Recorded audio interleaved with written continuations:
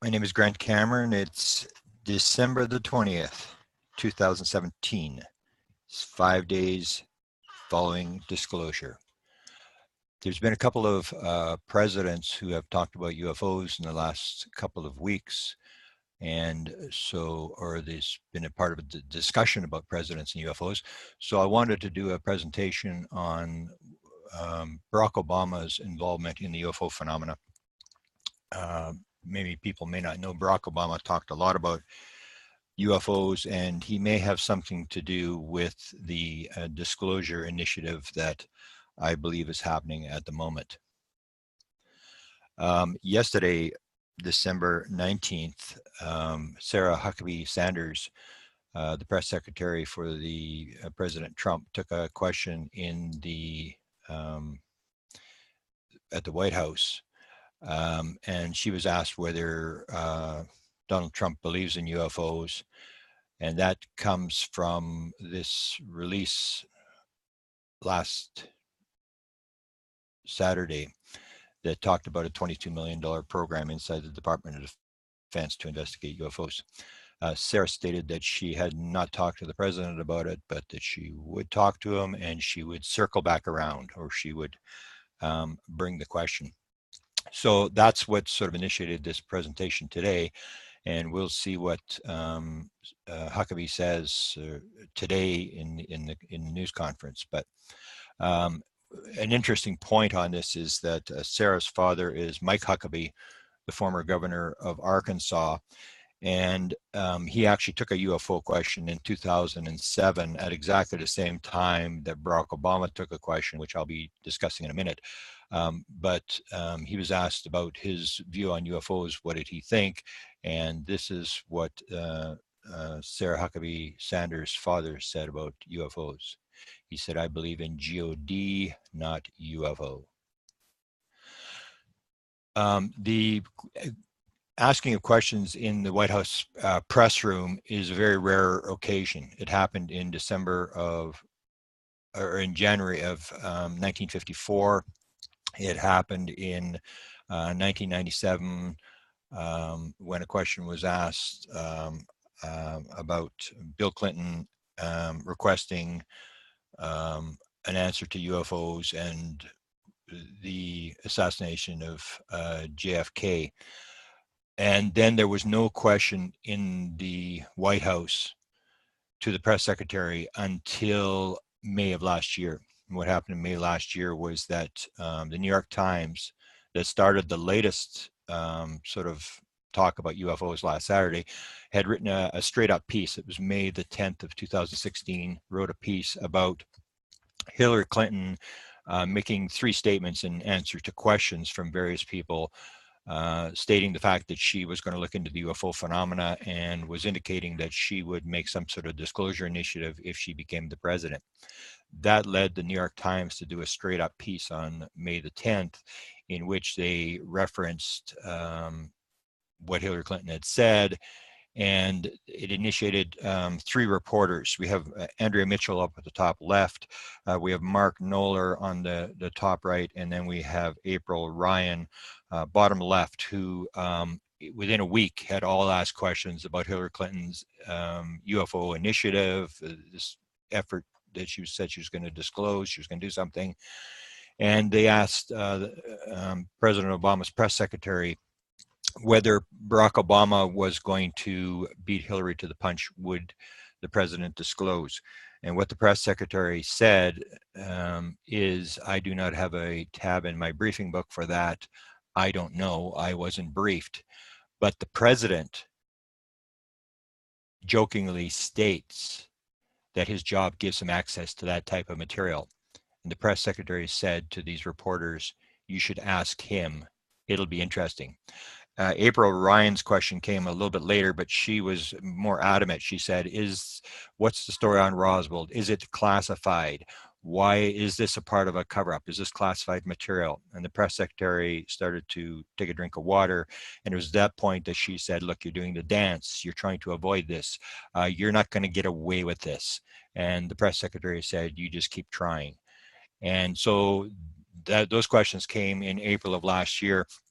The latest question that was asked yesterday was asked by Jordan Fabian, who's on the bottom right, and he works for a news agency called The Hill, and he's the one that asked the question yesterday. So we have an increase from 2 questions in 60 years to a series of questions in a couple of months, and I would imagine the pressure will continue. And the most important part of this whole thing is that the president is the person you need to ask the question to. Anybody else may not have a need to know. The president definitely would have a need to know.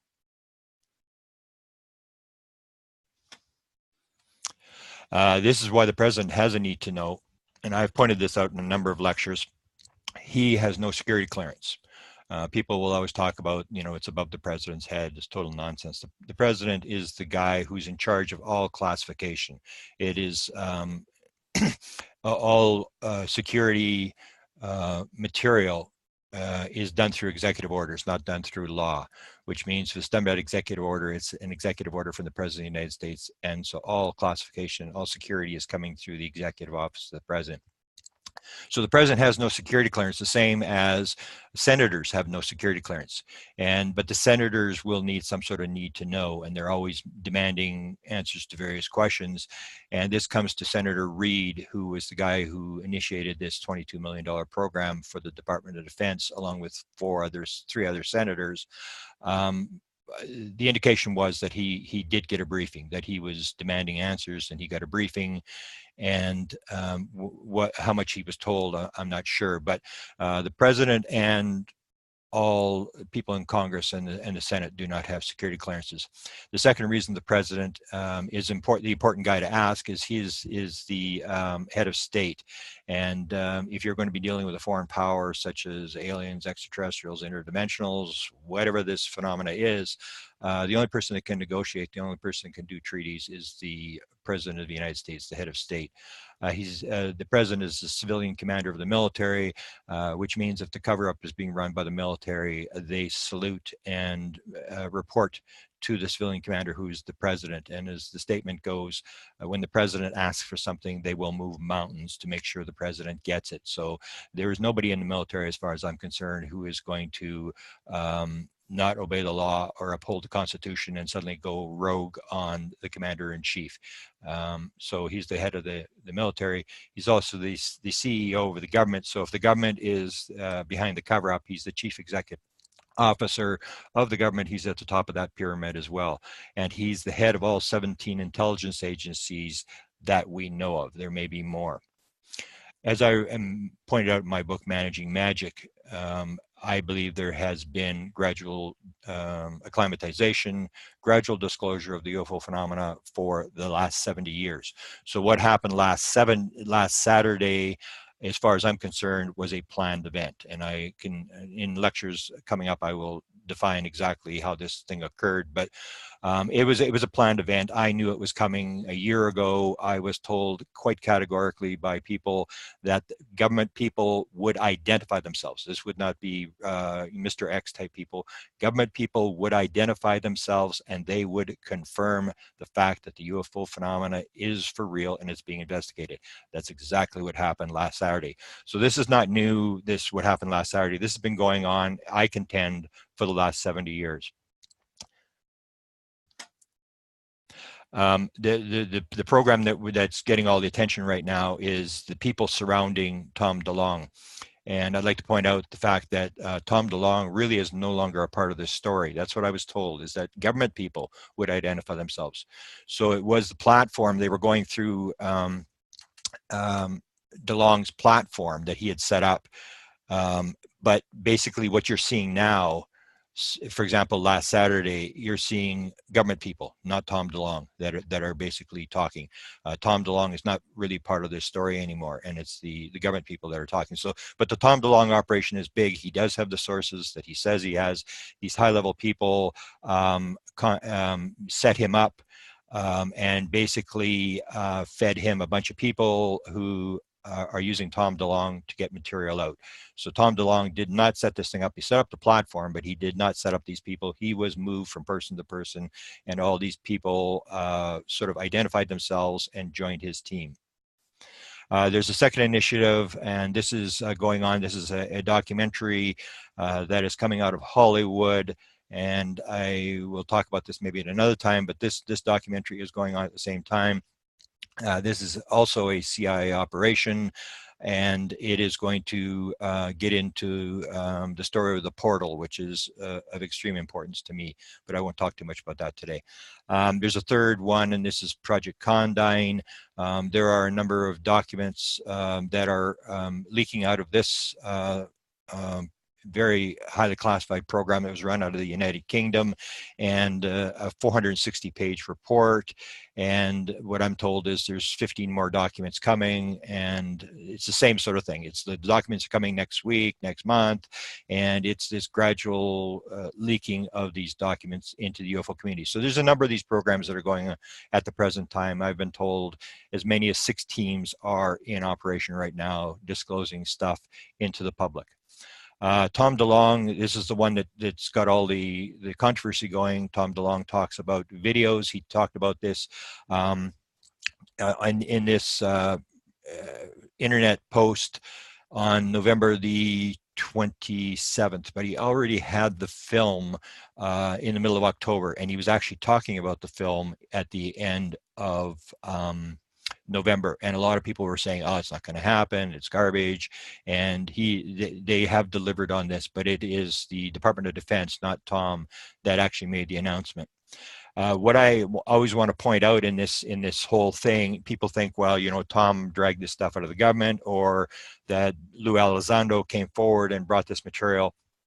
The thing in all these operations that you have to keep in mind very clearly is that this is the most highly classified subject in the United States, and that's according to a top secret memo. This is from Canada. This is the Canadians were talking through discreet inquiries through the Canadian Embassy in Washington, who were able to obtain the following information. The matter is the most highly classified subject in the United States government, rated higher even than the H-bomb. And this was written in November of 1950. So it's the most highly classified subject. So when you have people coming forward with film, talking about hardware, or talking about bringing out plans out of Lockheed Skunk Works, this is a leak. This does not happen. You do not walk out of the Department of Defense with a pile of film and start releasing it. This is most highly classified, so that's why I say all these operations, as far as I'm concerned, are controlled operations from the government to get material out. As I said, and I've pointed this out many times, I won't spend much time on this, the government is not disclosing. If they wanted to do a full disclosure, if they wanted to actually do it, they would put the president, they would put the CIA director out on the cameras, and they would provide the pictures of the crafts and the bodies, and it would all be over. So they're not disclosing. They're not covering up, because if they wanted to cover up, they would just shut up and quit talking about it. The United States of America is the only place that this happens, where you have these leaks and films and deep throats and stuff like that. And so they're not covering up. The same as the aliens are not covering up, because if the aliens wanted to cover up, they would just stop turning the lights on the crafts and stop appearing. So they're doing something in between, and what it is, it's a gradual disclosure, small d disclosure, acclimatization, what I call something in between. They're doing the plausible deniability thing. So the film gets released, but there's always this plausible deniability, even with Saturday's situation, where people are coming forward now and saying, you know, this was a setup, this wasn't true, and there's always this plausible deniability in these programs. So what I want to look at is and because this has only been going on the last couple of years, very intense for the last couple of years. So what I look at is, did Barack Obama green light what is going on right now? Did he set this in motion, this whole very intense declassification or release of films and evidence that this subject is actually for real? I believe it is true, and I'm going to outline what happened. Before the president becomes a president, he is the same as you and I. He has no need to know. He really doesn't know what's going on. Barack Obama took 2 questions as when he was running for president. One was in this Democratic debate in 2007, and all these clips you can see on the internet. I'm just going to verbally state what they state, but all these clips are available on the internet. So Barack Obama takes a question about the Apollo 11 astronauts who said that there was life they believed there was life in outer space, and Senator Obama, what do you think? And so he answers this question, and he said, I don't know, and I don't presume to know. What I know is there's life here on Earth, and we are not attending to life here on Earth. There may be some other folks on the way. So he doesn't really know. He's a guy who's just speculating based upon his life experience. This second one, I think this is a reporter from Chicago, and basically asks him, as a Senator Obama, if you become the president and you find out there's extraterrestrials, will you let the people know? And Obama says it would depend on whether the aliens were Democrats or Republicans. So he makes a joke, and this is how Obama tends to handle the situation.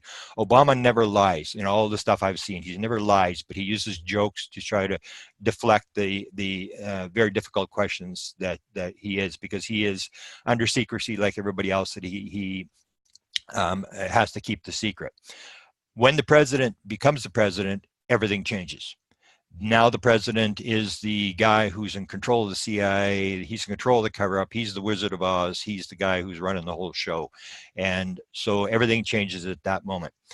This is Michael Hayden, who did the briefing of Barack Obama, and he talks about how the intelligence briefing works, and he talks about covert operations and what he calls the attention-getting stage of the briefing. And he goes in, the briefing, I believe, was done in Chicago, and Barack Obama actually talked about the briefing. Barack said, it's a good thing that it happened in a building with bars on the window, because if the bars hadn't been there, I might have jumped out. So what Hayden says is to get the president-elect's attention, he said the whole operation, he said, they come from the office of the president. So he goes to the president and he says, before you get elected, I want to let you know we're doing this, we're doing this, we're doing this, we're doing this, we're doing this, we're doing this. And when you put your hand on the Bible at 12 noon on the day of inauguration, unless you tell us to stop, we're still going to be doing this and this and this and this and this. And that's what he calls the attention-getting stage, where suddenly you're going to be responsible. So he said, these operations come from the office of the president and not the person of the president. So unless you say something different, we will keep chugging along. So it's the idea is these are operations that have run for many presidents, and the president can change it. But if the president doesn't change it, these operations continue. And I believe the UFO thing, as I pointed out in my book, has been going on for 70 years. So unless the president says, stop the UFO disclosure, this acclimatization thing, unless the president stops it, it just continues on. So it's not a decision that any one president makes. It's a decision that it was made many, many years ago, and it continues from president to president. This is an important element of this story, and that is, this is a news article that appeared when Donald Trump announced that he was no longer going to finance Syrian rebels. When that happened, a bunch of articles appeared, and the question was asked, did Trump declassify a secret CIA program with a tweet? Now, the whole idea comes down to this. In this article, it says, while Executive Order 12356, which deals with national security and classification of information, says the president has the authority to classify information. That's what I pointed out before. All classified information is done through executive order. It's done through the president of the United States. So it's the president who runs all the secrets. So they say, even though he is able to make all the secrets, the question is he able to declassify information at any time? And the question is still to them up in the air.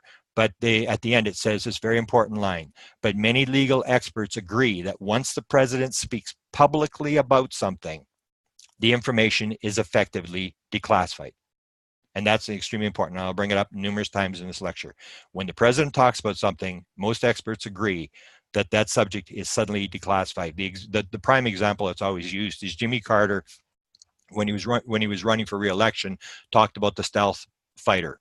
And at that moment, the stealth fighter was declassified, and it was a mistake, and people were very upset that he had mentioned the stealth fighter, but it immediately declassified the stealth fighter.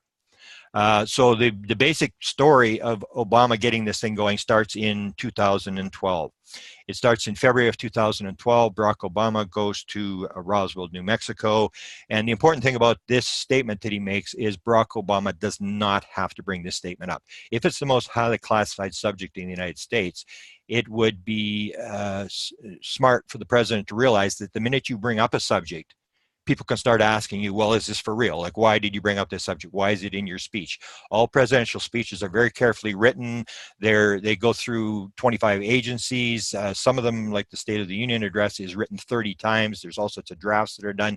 Everything that the president says is very carefully measured. So when the president stands up and talks about something, he intends it to be in the speech. There's a reason it's in the speech. So Barack Obama starts talking about aliens at Roswell. And here's what he says. We landed here in Roswell. I announced to the people when I landed that I had come in peace. Now this references a 1950 alien invasion movie, and people all laugh. And then Barack says, let me tell you, there are more 9 and 10-year-old boys around the country. When I meet them, they ask me, have you been to Roswell? And is it true what they say? And I tell them, if I told you, I would have to kill you. And so their eyes get real big and people are laughing. So he says, he stops, and then there's a hesitation, and then you can tell this is no longer in the speech. He says, we're going to keep our secrets here. So he basically confirms there is a secret, and we're going to keep our secrets about Roswell. So this starts in February of 2012. And again, many legal experts agree that once the president speaks publicly about the information, it is effectively declassified.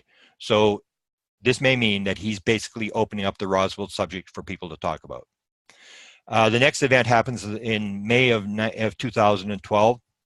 Jaden Smith, whose father was in a lot of famous movies, including The Men in Black, gets an invitation to visit the White House. And so he's going to take Jaden. Jaden is very much into all sorts of conspiracy stuff. He's into UFOs. And Jaden says to Will Smith, he said, I want to ask Barack about the aliens. And Will Smith says, no, do not embarrass me. Do not bring up the subject in front of the president. And he said, no, Dad, I want to ask. And he said, no, do not bring up the subject. So they go to the White House, and they are in the Situation Room. Barack is giving the tour to the family. They're in the Situation Room, and this is where all the sort of the center of power at the White House. And at that moment, Jaden decides he's going to ask the president about UFOs, and he looks up at his father. And this is the way that Will Smith described it on BBC. And Barack is starting to talk about the Situation Room, and Jaden says, excuse me, Mr. President. And I'm like, hey, Barack, man, listen. And Barack says, don't tell me. And in perfect form, and this is why he is the president. This is what Will Smith says. He stops and looks at Jaden and said, the aliens, right? Okay, I can neither confirm nor deny the existence of extraterrestrials, but I can tell you, if there had been a top secret meeting, and if it would have been a discussion about it, it would have taken place in this room. Again, he did not have to bring this up. He knew that Jaden was going to leak this. They knew this story was going to get out, that he was talking about having a meeting in the Situation Room about UFOs, extraterrestrials. And so again, many legal experts agree that once the president speaks publicly about something, the information is effectively declassified. So again, Barack is opening this thing up. He's openly talking about UFOs. And you got to remember that this is not common. Most people think, well, every president did it. Absolutely not. If you go back to the Ford administration, Gerald Ford, before he became president, said, we should open the subject up. We should not only open it up, we should get the people who have been involved. We should put them under oath and force them to tell us what's going on. The minute he became president, in his White House, Gerald Ford never, ever uses the word UFO. Well, he's president. He does after president, before president, but when he's president, he never uses the word UFO. The same happened with Jimmy Carter. He had a UFO sighting. He said, I will release all the files to the people except for the stuff that has to do with military and technology.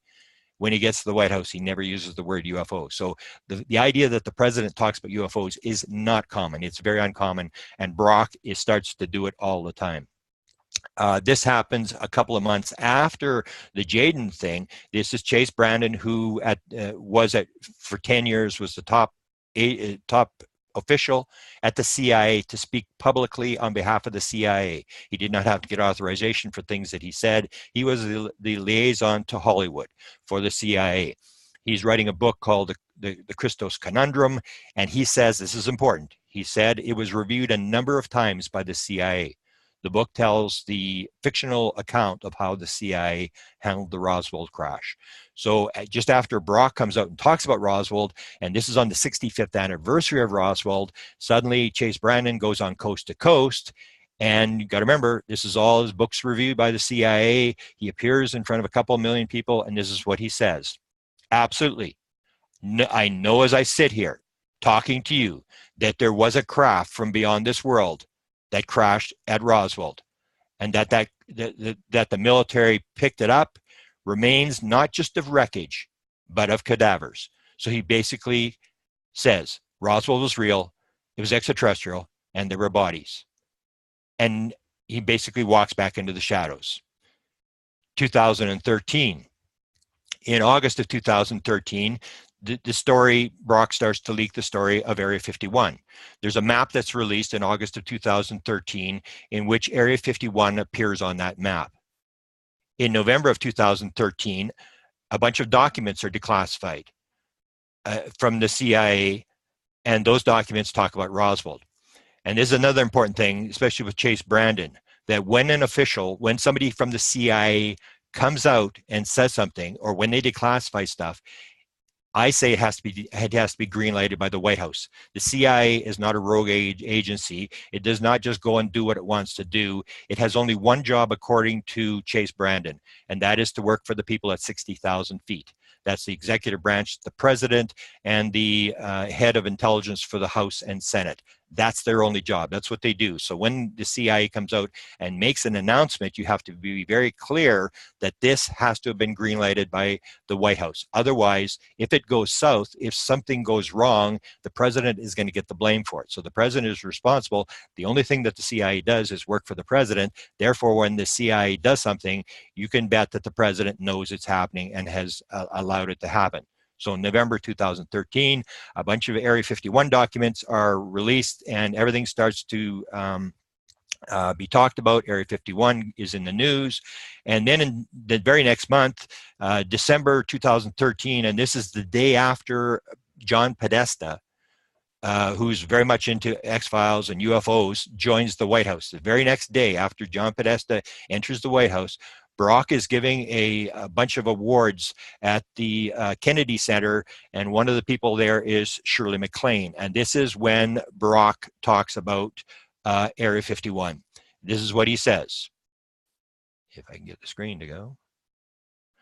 Now, when you first become president, one of the questions that people ask you is, what's really going on in Area 51?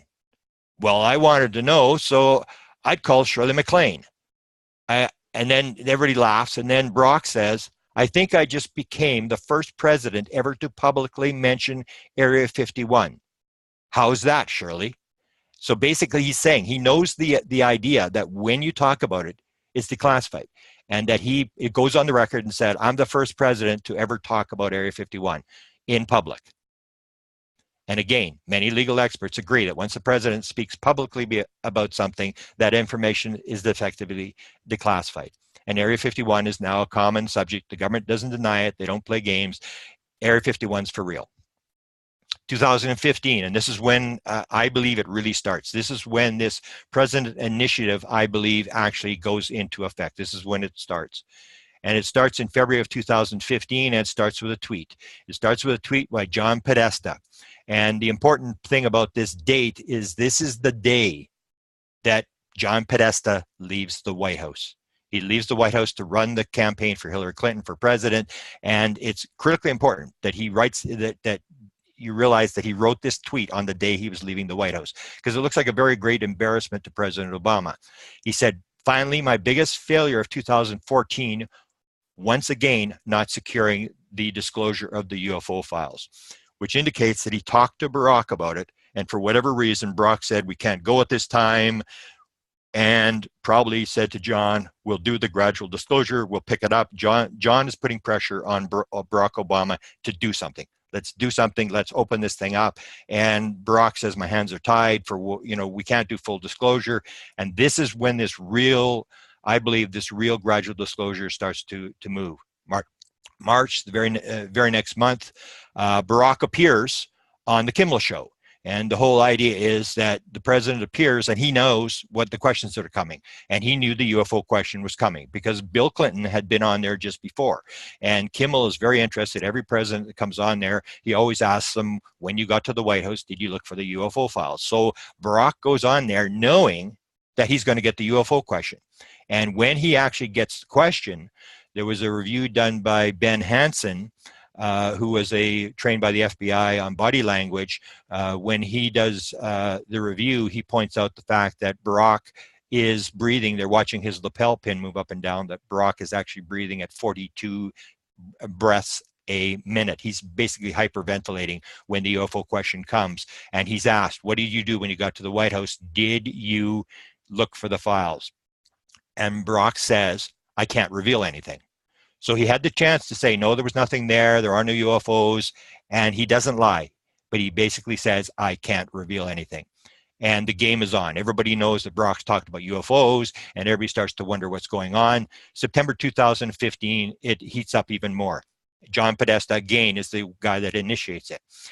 There's an interview that's done of Hillary Clinton by Lena Dunham.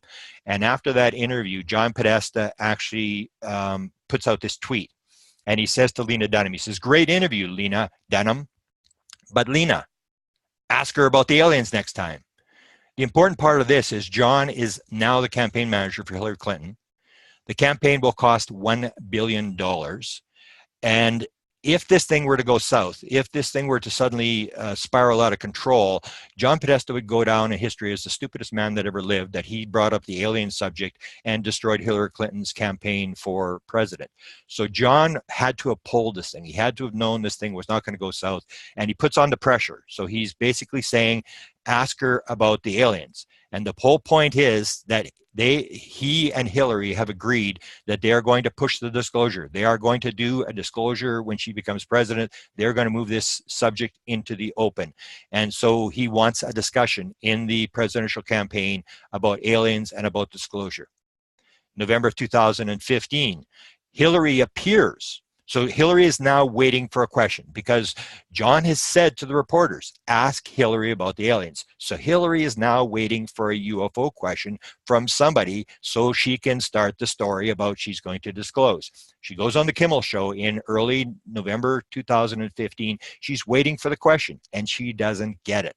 And when John Podesta's emails were leaked, there was a memo that showed clearly that Hillary was very upset that she didn't get the UFO question, that she had practiced the answer for 5 minutes and she didn't get the UFO question. So they're waiting for this.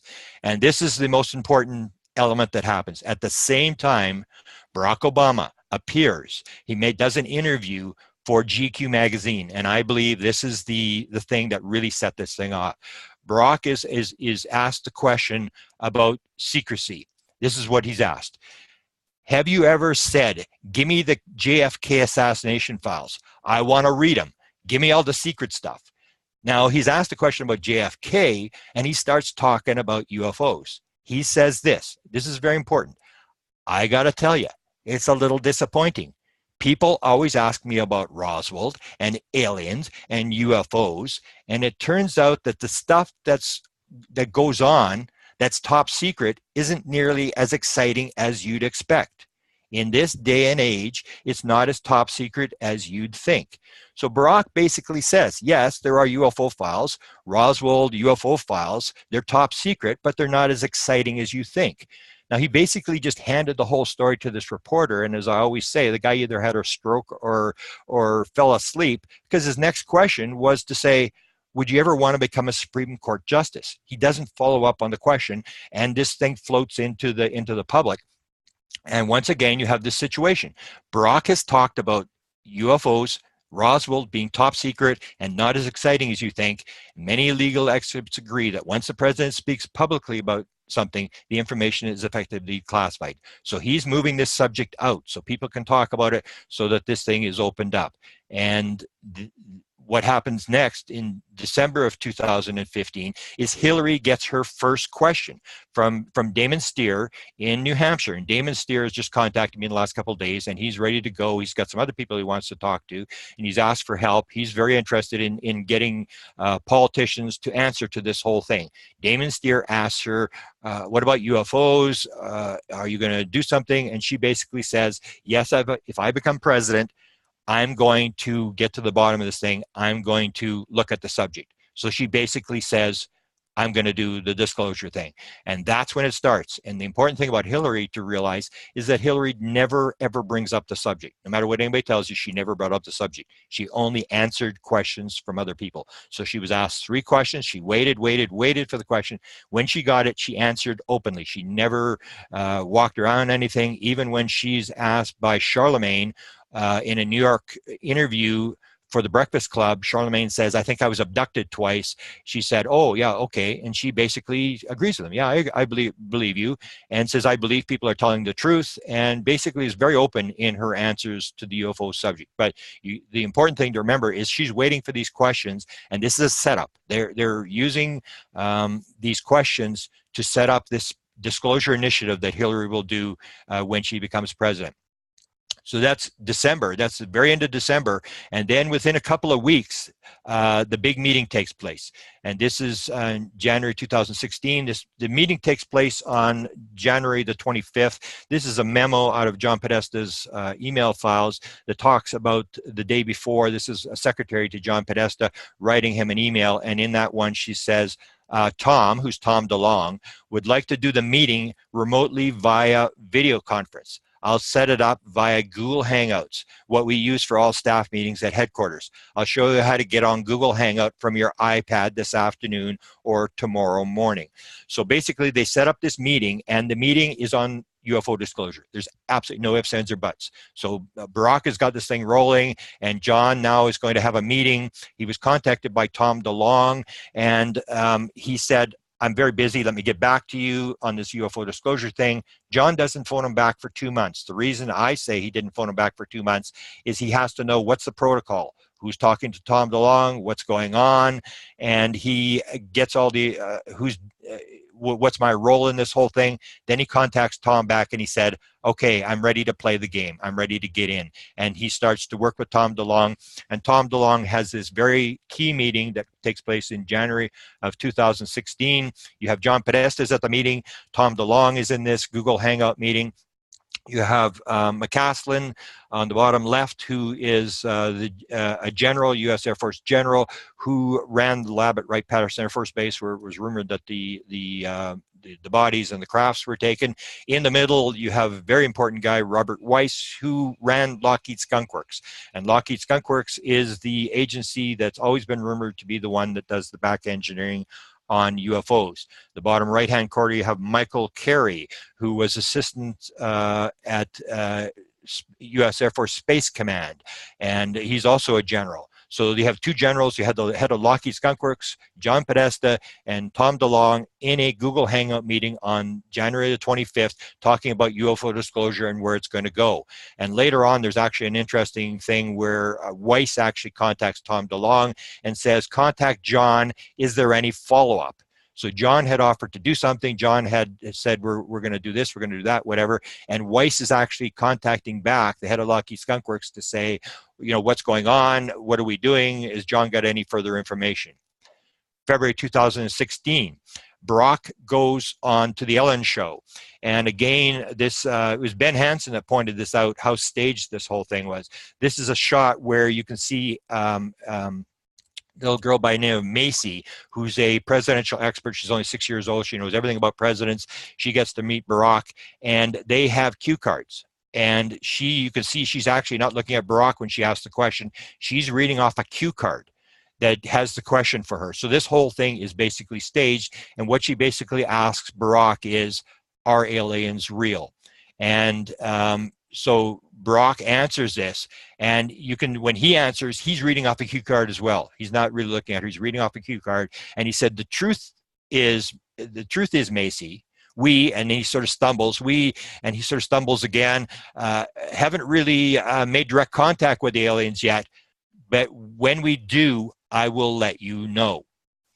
And you got to remember, this was all staged beforehand. I contacted Macy's parents on the Facebook, and they did not reply. But when you see Ben Hanson's review, it's pretty evident that this whole thing was a setup where Brock wanted to do this alien thing all over again because Macy's interested.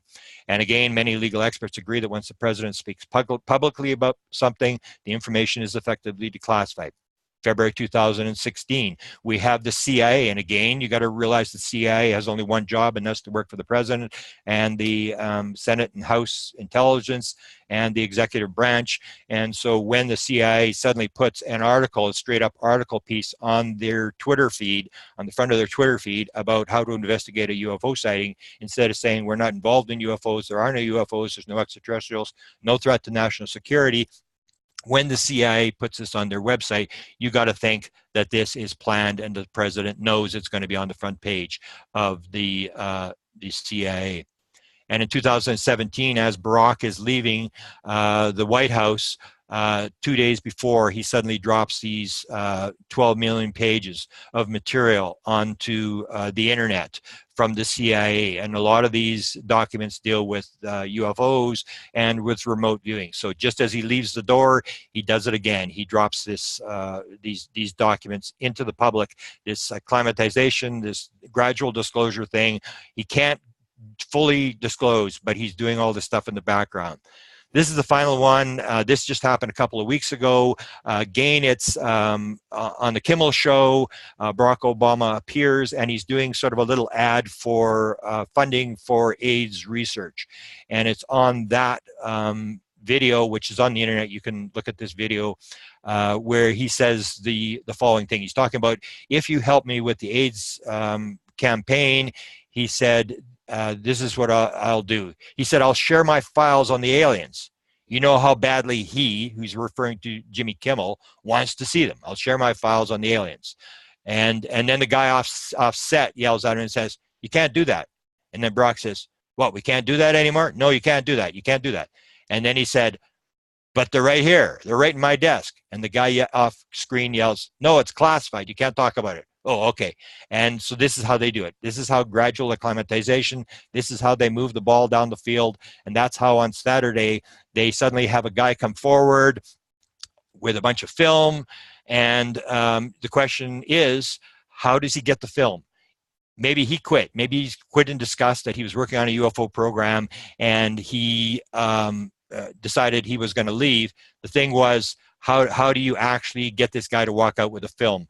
The fact that they released the film indicates this is acclimatization. This is the government. This is not Tom DeLonge. This is the government. This is maybe Barack Obama starting this, and other presidents starting this, where this gradual acclimatization is in the program, and they've just speeded it up. And from what I'm told, you haven't seen anything yet. What happened on Saturday is just the beginning. Thank you for listening, and I'm going to do an update on the Tom DeLonge thing. I'm going to do the whole involvement of Bigelow in this operation, and it'll probably come out tomorrow. So thanks.